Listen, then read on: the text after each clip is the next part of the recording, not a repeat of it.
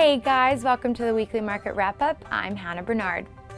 U.S. stock markets were crippled by a technical breakdown on NASDAQ on Thursday that brought stock trading on the country's second largest exchange to a halt for more than 3 hours. Called a flash freeze, all stocks listed on the NASDAQ exchange had their trading activity ceased. The SEC is investigating, the president has been briefed, and NASDAQ officials have gone quiet, only adding to the frustration. All this was no help to a market already attempting to form a support base after falling nearly 2% overall last week.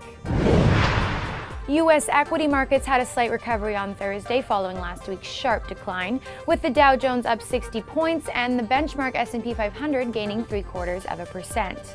However, both indices are below key technical and psychological levels as investors speculate as to the future direction of the markets.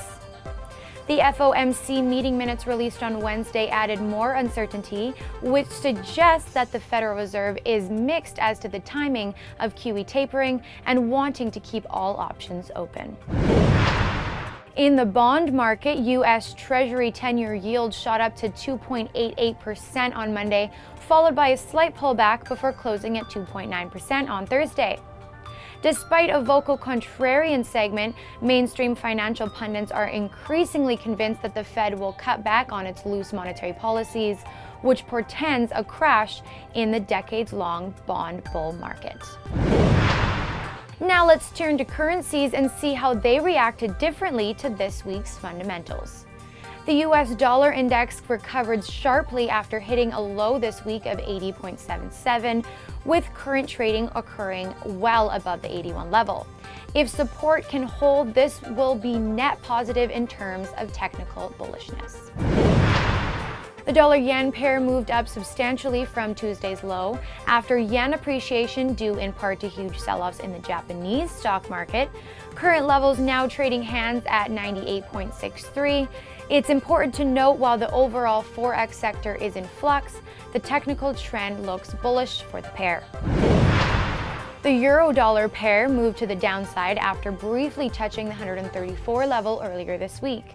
While the euro has jumped over 4% from July's bottom, recent trades have been extremely choppy and caution is advised for conservative traders. Now it's time for winners and losers and our picks for the week.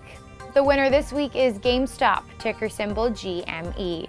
Share prices jumped 9% after the video game retailer exceeded its earnings estimate and raised its guidance for the year in anticipation of new gaming consoles being introduced by Sony and Microsoft. The console wars between the two electronic giants coincide with the hugely popular software releases, including Activision's latest Call of Duty series. However, hardware and software sales have been in decline due to the emergence of online gaming, so the long-term picture is still cloudy. The loser for this week is Abercrombie & Fitch, ticker symbol ANF. This personally makes me very happy, as I do not agree with the CEO, Mike Jeffries' tactic to exclusively market to only thin, good-looking, cool kids. After a massive earnings miss, shares are down nearly 18% against the prior session. The sudden drop is indicative of changing consumer trends, especially in teen fashion, as tastes become more sophisticated. Watch for potential bounce in share price during the third and fourth quarter, as Abercrombie will now have to initiate aggressive sales incentive programs to address huge inventory hangovers.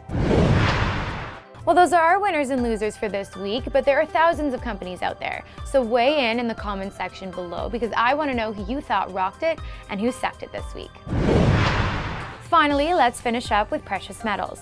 Both gold and silver are forming support base after last week's huge jump in the spot market, with gold edging closer to $1,400 and silver reclaiming $23 after taking a slight dip earlier in the week. Finally, palladium closed above $750, recovering some of the week's earlier losses as cyclical names lost their luster. Still, the immediate term momentum is fairly positive and should continue to slowly move higher from here.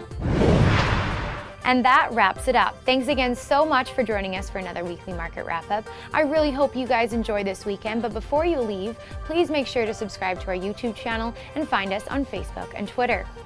For VNN, I'm Hannah Bernard.